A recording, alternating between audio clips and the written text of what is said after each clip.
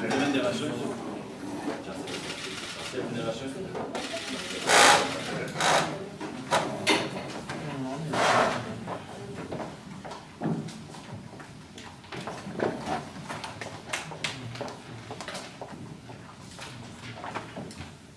Je vais commencer en lisant les instructions pour la prochaine séance. Premièrement, je demande aux participants de donner leur numéro d'équipe. 5. Là, je vais lire les règlements comme sur la feuille. Vous avez 15 minutes pour la présentation.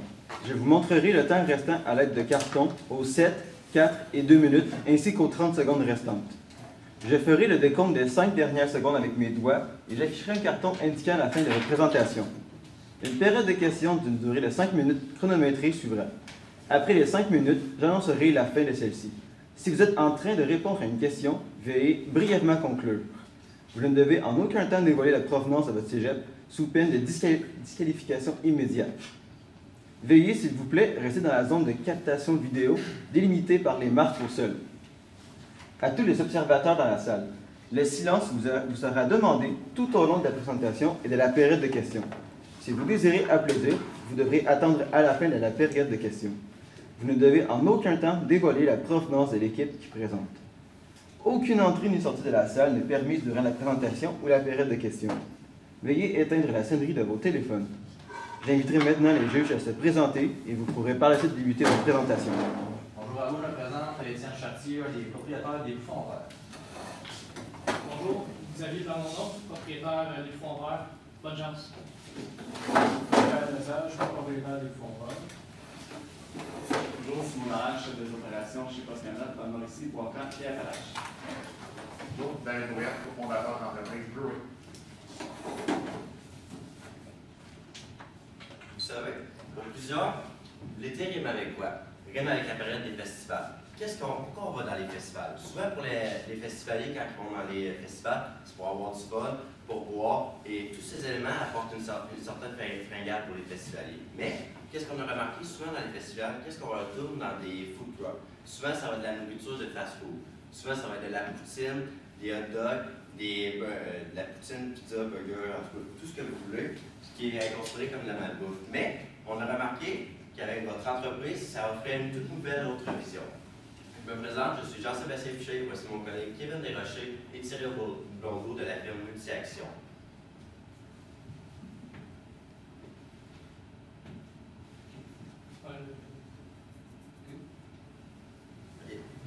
Voici notre mandat. Notre mandat que vous nous avez demandé, c'est d'optimiser les objectifs de croissance à court terme, de trouver d'autres idées créatives pour pouvoir permettre la croissance de l'entreprise et de vous aider sur les démarches que vous devrez entreprendre pour concrétiser le projet. Voici maintenant quelques faits saillants de votre entreprise. Comme on le sait, le plan de la séance, désolé, voici l'analyse qui comportera des faits saillants, l'analyse FFOM et de la clientèle cible. Du côté des stratégies, on a une stratégie comportant sur les festivals, les médias sociaux et vos nouveautés que vous pourrez apporter. Une mise en œuvre comportant le budget, l'échéancier et le coût d'acquisition client. Et on finira avec les conclusions et la période des questions. Et là, on peut parler des faits saillants de l'entreprise. Comme vous le savez, vous êtes une jeune entreprise. C'est souvent pour les jeunes entreprises de la période 1 jusqu'à 5 de l'année d'existence, ça peut être une période critique pour l'entreprise parce qu'elle n'a pas beaucoup de liquidité. Aussi, vous êtes des propriétaires visionnaires aux études. Justement, on a remarqué que vous êtes une des premières entreprises à proposer des menus santé. Et on voulait vous féliciter personnellement car consolider travail et études, ça peut être très dur. Et toutes nos félicitations. Aussi, vous êtes axé sur de nouvelles tendances, c'est-à-dire les tendances portées sur la santé. Voici une analyse FFOM de votre entreprise. Vos forces, c'est des produits de qualité, c'est-à-dire axés sur de la santé. Vos produits différents, on a souvent c'est-à-dire que vous offrez des produits santé, tandis que vos concurrents offrent la plupart du temps de la poutine et des hot dogs. Du côté des faiblesses, on a remarqué une difficulté de liquidité, mais ça c'est tout à fait normal à cause des débuts de l'opération de l'entreprise. Et on a mis l'opération condensée. L'opération condensée, on a mis ça car, comme on sait, la période des festivals, c'est souvent l'été, c'est-à-dire 3 mois par année, et vous devez opérer juste durant 3 mois.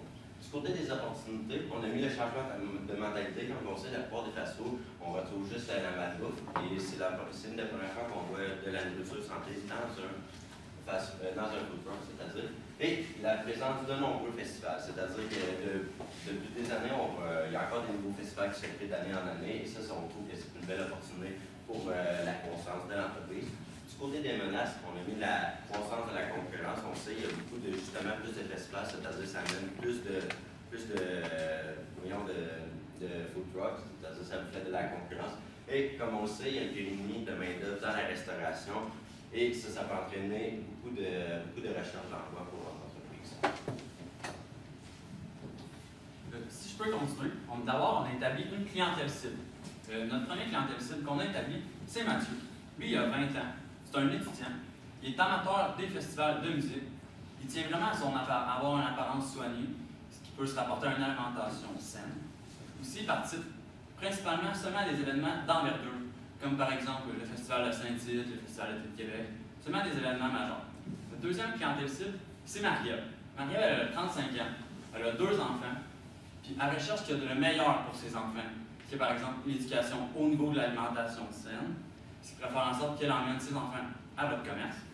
Aussi, elle est quand même aisée financièrement, donc elle a les moyens de se payer de la bonne bouffe et non de la malbouffe lors d'un festival. Aussi, elle est sportive, ce qui est un complément avec l'alimentation saine. Finalement, notre troisième personne cible, c'est Laurence. Laurence, elle a 25 ans, elle est végétarienne, puis elle aime faire des nouvelles découvertes, autant au niveau des événements, mais aussi au niveau culinaire, pour les repas, etc. Finalement, elle est beaucoup présente sur le web, puis elle adore les festivals. Elle en fait beaucoup durant l'année, au-dessus de la moyenne.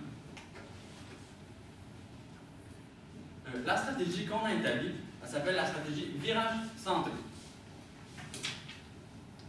Le premier point de cette stratégie, c'est au niveau des festivals. D'être le présent le plus possible dans les grands festivals, comme mentionné tantôt, le Festival d'été de Québec, Saint-Tite, le Grand Prix de Trois-Rivières, les Francopholies de Montréal, etc. Des événements d'envergure, en fait. Aussi, dans plus de festivals. On sait que c'est une période condensée, que les festivals se font souvent dans des dates qui sont les mêmes, en fait, mais de faire le meilleur, le mieux possible pour en avoir davantage durant cette période. Aussi, les habitudes de consommation. Par exemple, une personne cible va aller, par exemple, au Festival d'été de Québec et, par exemple, manger à votre commerce, qui est les bouffons verts, mais l'année prochaine, elle risque de retourner au même genre d'événement. Et si elle a eu l'expérience, de revenir également manger chez les bouffons verts, ce qui fait que son habitude de consommation serait lors de ces événements de consommer le même genre de nourriture. Et finalement, il y a les activités de groupe. C'est par exemple, si moi j'aime ce genre de commerce, il y a de fortes chances que mes amis, qu'on ait des intérêts similaires et que tout le monde y vienne ensemble. Aussi, il y a bien sûr les médias sociaux. Il y a Facebook et Instagram. D'abord, sur Facebook, il y aurait d'augmenter le nombre de publications, surtout lors de cette période cruciale de 3 mois l'été, où la majorité des festivals se déroulent, de faire par exemple 3 à 5 publications par semaine. Aussi de fidéliser la clientèle. Plus qu'on est présent, plus qu'ils nous voient, plus il y a de chances qu'ils pensent à nous et du même coup qu'ils soient fidélisés. Après ça, il y aurait le marketing croisé. Ça, en gros, ça consiste par exemple lors d'une publication Facebook, identifier par exemple le Festival d'été de Québec, ce qui permettrait de rejoindre davantage de clients, de clientèle cible qui connaissent ou qui aiment cette page Facebook-là. Aussi, il y a à l'année, même si ce n'est pas la période des festivals, également être présent sur Facebook, un peu moins pour ne pas être tout le temps dans l'actualité, puis qu'on n'est pas présent beaucoup durant l'hiver, c'est seulement l'été, mais quand même pour qu'ils se rappellent de nous. Et finalement, il y a la sponsorisation des publications. Ça, c'est par exemple débourser un certain montant d'argent sur Facebook pour que nos publications se retrouvent davantage dans l'actualité. Une autre stratégie qu'on vous a fait, c'est avec la plateforme Instagram. Ce qu'on vous offre, c'est de faire un partenariat avec des influenceurs. Comme on le sait, des influenceurs, c'est rendu de plus en plus populaire pour les entreprises quand on veut faire reconnaître notre marque. Ce qu'on a pensé, c'est de cibler les influenceurs ici. Jessie et Louis-Philippe, vous les connaissez peut-être, c'est 2 anciens participants de l'émission de télé-réalité Occupation Double. On a visé ces deux-là parce que Jessie, de 1 à 9, elle est végane, elle est végétarienne, et elle vient de sortir un livre avec son amoureux, végane mais pas plat. Donc, elle vise vraiment des valeurs à porter sur la santé, ce que vous offrez.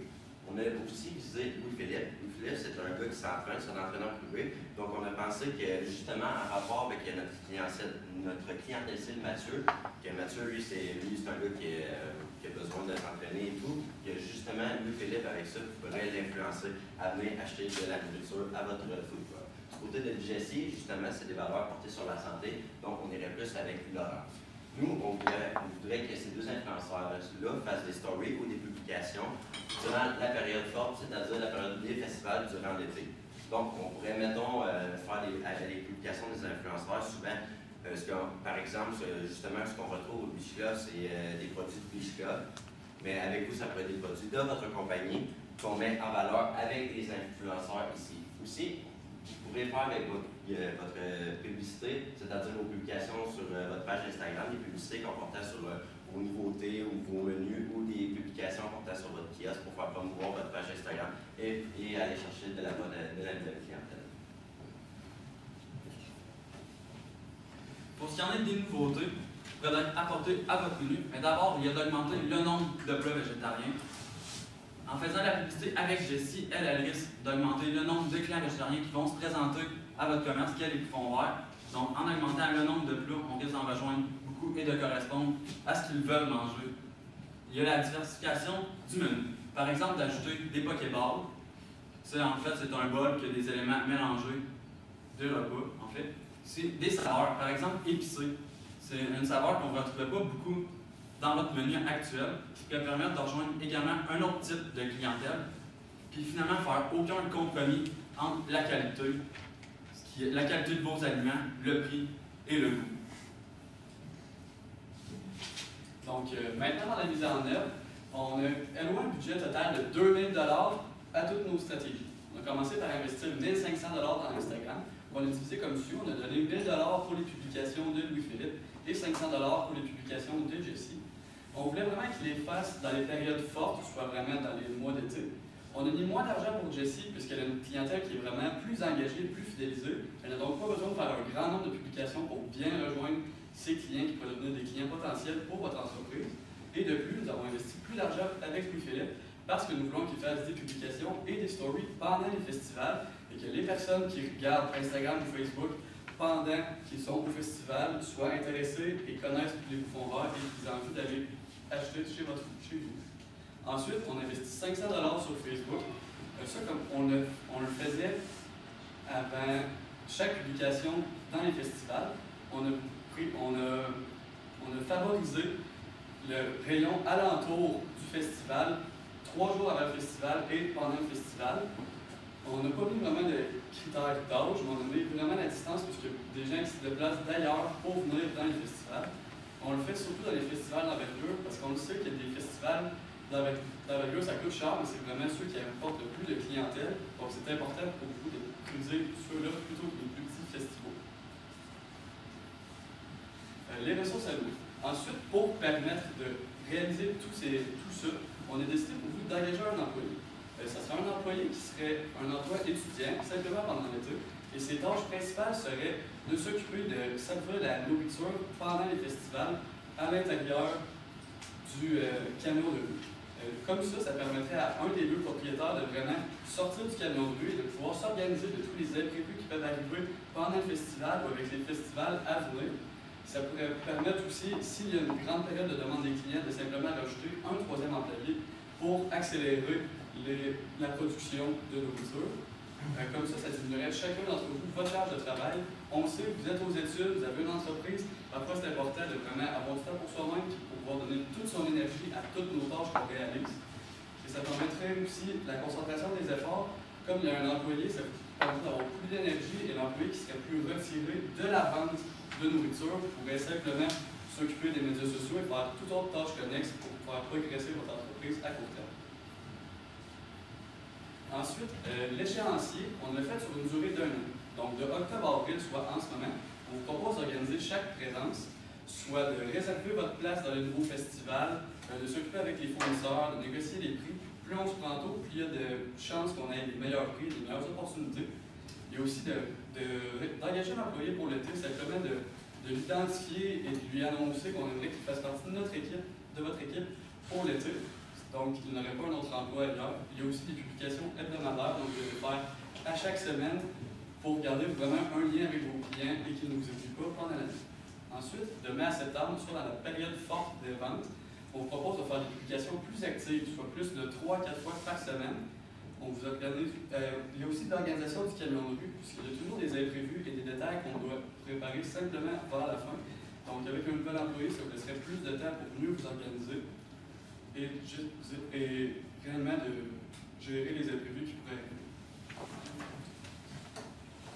Donc, le coût d'acquisition client. On voulait faire un retour sur investissement, mais il nous manquait quelques informations. Donc, on a déduit qu'avec un budget de 2 000 $, on pouvait aller chercher de 200 à 300 nouveaux clients. On a fait un intervalle pour nous assurer que ce soit plus prudent, nous assurer que ce soit plus exact nos résultats. Ces chiffres peuvent sembler relativement bas, mais c'est qu'on a exclu toutes les ventes que vous auriez faites sans l'intervention de nos stratégies. Quand on regarde le prix d'acquisition client qui varie de 6,67 $ à 10 $, on remarque que c'est un peu élevé parce que ça correspond un peu au prix vendu lors de vos ventes normales du bouffon vert. Par contre, cet argent est investi pour faire de nouvelles ventes, mais surtout pour faire de la publicité et pour faire connaître votre entreprise. On est vraiment un stade nouveau d'entreprise. C'est important que tout l'argent qu'on gagne, on la réinvestisse en marketing et en toute autre sorte pour avoir une croissance rapide de l'entreprise. Donc, en conclusion, nous avions un mandat qui était de concrétiser les objectifs de croissance à court terme, de solliciter de nouvelles idées innovatrices et de trouver des moyens pour vraiment concrétiser le projet. Les stratégies que nous avons déployées, soit une présence dans les plus grands festivals, dans plus de festivals, de développer les médias sociaux, que ce soit Facebook et Instagram. Et aussi, on a apporté quelques nouveautés à votre menu. Dans la mise en œuvre, on vous a présenté le budget qui était de 2 000 $ sur une période d'un an avec une nouvelle ressource, soit d'un nouvel employé, pendant la période de l'été. Donc, nos recommandations. On a remarqué que vous êtes une nouvelle entreprise et vous aviez vraiment des beaux projets, mais nous vous recommandons simplement de les reporter un peu plus tard, puisqu'on sait que les problèmes de liquidité peuvent entamer votre entreprise. À l'avenir, ensuite, que vous ayez de nouveaux camions, que ce soit en le bâtissant vous-même ou en vous franchissant. On souhaite que vous préserviez la qualité de vos produits, c'est vraiment important. C'est fini. On va passer maintenant à la période de questions. J'aurais une question aussi. Dans votre analyse FFOM, dans les menaces, vous avez parlé de la pénurie de main-d'œuvre. Plus tard dans votre présentation, vous avez présenté comme solution l'embauche d'un employé. Comment vous allez gérer ça au travers de ça, l'embauche d'un employé, en fait, sachant qu'il y a une pénurie de main-d'œuvre? Nous, on s'est dit que, vu que vous opérez juste juste l'été, on s'est dit que ça serait bien d'engager un employé étudiant. Vu que, justement, l'été, c'est-à-dire un employé étudiant au cégep, ça a 3 mois de congé, justement, pendant la période étudiante, on s'est dit que ça serait plus facile de trouver un employé étudiant pour la période de festival. Simone ici, là, vous avez parlé beaucoup des réseaux sociaux, là, Facebook, Instagram. Là, moi, je parlais vraiment plus sur le site en tant que tel. Qu'est-ce qui va faire qu'un client va nous trouver sur le site sans nous avoir vu, par exemple, sur Instagram puis Facebook? Comment il va nous choisir par rapport à un autre food truck, par exemple? Le site du festival, en fait. Oui, directement sur le site du festival. On vous a recommandé de faire des festivals récurrents. Donc, souvent, si un client vient une année puis qu'il retourne l'an prochain, il peut simplement avoir aimé son expérience et y retourner. Et comme aussi, on a dit que c'était une activité de groupe, souvent, un client peut y aller avec certains amis, aimer ça, retourner à un autre festival que vous allez faire un peu plus tard dans l'été, se rappeler qu'il avait vraiment apprécié sa nourriture et avec de nouveaux amis, apporter de nouvelles ventes. J'aimerais enchérir tout ça un peu sur la question d'Instagram, parce que je sens que c'était pas mal le plus gros de votre stratégie. Là, tu sais, c'est beau gagner de la notoriété, avoir des views et des likes sur Instagram, ces choses-là.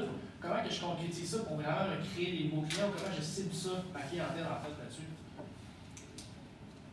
Ben, moi, je dirais que avec justement Instagram,